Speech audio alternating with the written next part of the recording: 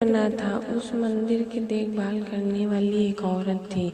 सफ़ेद साड़ी में, चेहरे पर सुकून और माथे पर वही लाल बिंदी। वो मनु थी। महेंद्र की आंखें भर आईं। वो उसके पास गया। दोनों ने एक दूसरे की तरफ देखा, फिर मुस्कुरा दिए।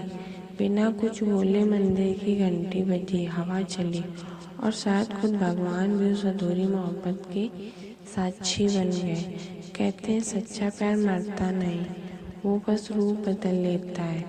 वक्त बीत जाता है, शरीर बदल जाते हैं, पर आत्माएं वही रहती हैं, एक दूसरे को फिर से ढूंढती हैं। साल 2025।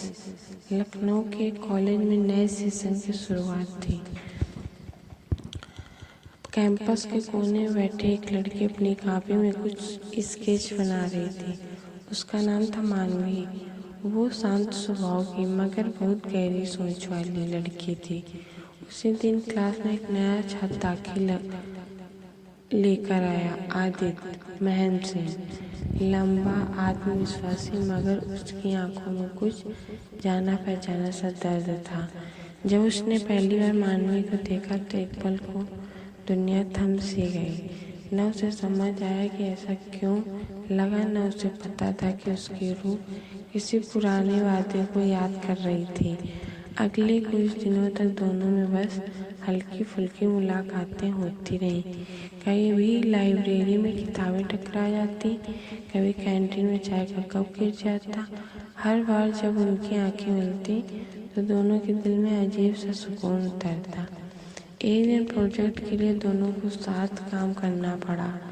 जब आदित्य ने मानवी का नाम नोटबुक में लिखा, मानवी ठाकुर, तो उसके हाथ एक पल को रुक गए। उसे लगा जैसे उसने ये नाम पहले भी लिखा है, बहुत पहले, किसी और जमाने में। उधर मानवी को भी अजीब सी झुरझुरी महसूस हुई जब उसने आदित्य से कहा, तुम्हारा नाम सुनकर जाने क्यों दिल धड़कने लगता है। आदित्य मुस्कुराया, शायद दिल हमें कुछ याद दिलाना चाहता है।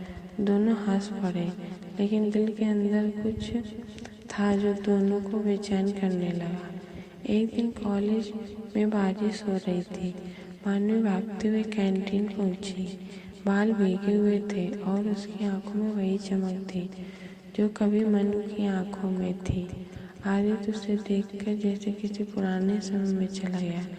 बारिश की वो खुशबू, भीगे बाल और दिल की धड़कनें, सब कुछ जाना पहचाना। वो अचानक बोला, मानवी, क्या तुम्हें तालाबों की मिट्टी की खुशबू अच्छी लगती है? मानवी हैरान रह गई। हाँ बहुत, पर तुमने कैसे जाना?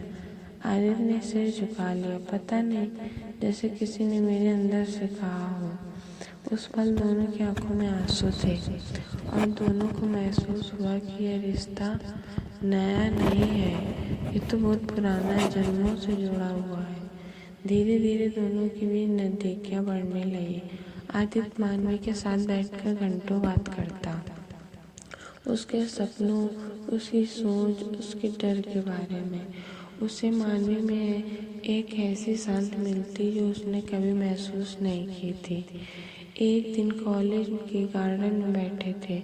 मानवी ने मुस्कुराते हुए कहा, तुम्हें पता है, कभी कभी मैं सपना देखती हूँ कि मैं किसी गांव में हूँ, एक तालाब के किनारे, और वहाँ कोई मुझे पुकार रहा है, मनु।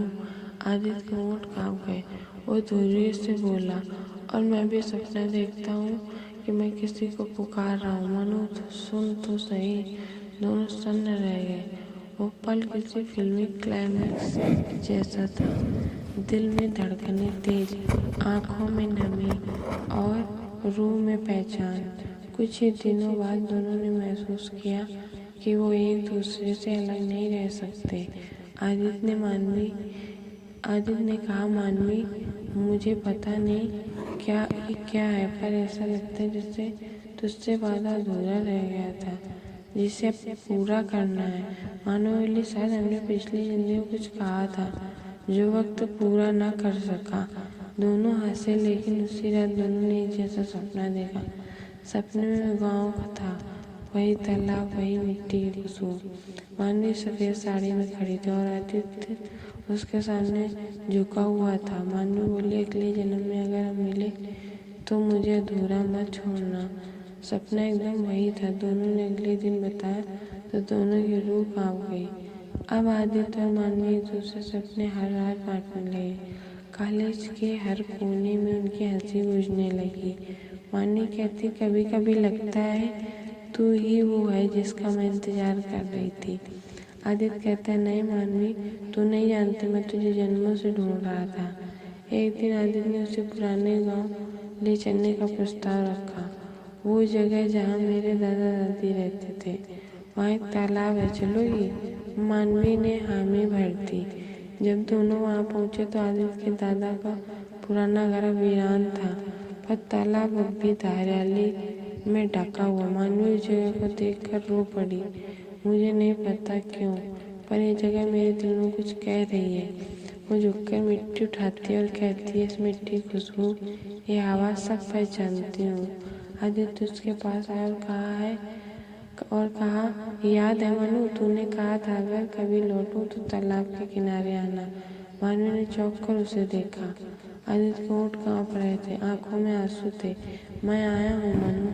मानवी की आंखों में आंसू बह निकले। उसके मन में सारे दृश्य लौट आए।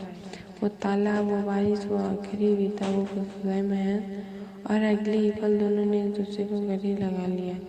सालों जन्मों की दूरी उस एक आलिंगन में मिट गई। अब किसी जमाने की रुकावट नहीं थी, कोई समाज नहीं, कोई अमीरी गरीबी नहीं। इस बार किस्मत उनके साथ थी। आदित्य ने अपने परिवार से मानवी के बारे में बात की और सबने उनका स्वागत किया। दोनों का रिश्ता तय हुआ और उसी तालाब किनारे जहाँ कभी उनकी कहानी अधूरी रह गई थी, वहीं दोनों का विवाह हुआ। मानवी लाल जोड़े में सजी थी और आदित्य उसकी मांग में सिंदूर भरते वक्त बोला, इस बार ना मैं तुझे छोड़ूंगा न किस्मत। मानवी मुस्कुरा दी, अब हमारी कहानी अधूरी नहीं रहेगी मायन। शादी के कुछ दिन बाद दोनों फिर उसी तालाब के पास गए। हवा में वही पुरानी मिट्टी की खुशबू थी, पर अब वहाँ मंदिर नहीं, एक छोटा सा बोर्ड लगा था, मनमोहन स्मृति स्थल, जहाँ प्यार ने जन्मों की दूरी मिटाई। मानवी ने आंसू पोंछते हुए कहा, देखो वक्त ने हमें कितना घुमा कर फिर वहीं ला दिया। आदित्य ने मुस्कुरा कर कहा, कभी कभी अधूरापन ही प्यार को अमर बनाता है, और फिर एक दिन वही अधूरापन मुकम्मल हो जाता है। दोनों ने हाथ थामे आसमान की ओर देखा और हवा में एक धीमी सी आवाज़ गूंज उठी, अब हमारी रूहों को सुकून मिल गया।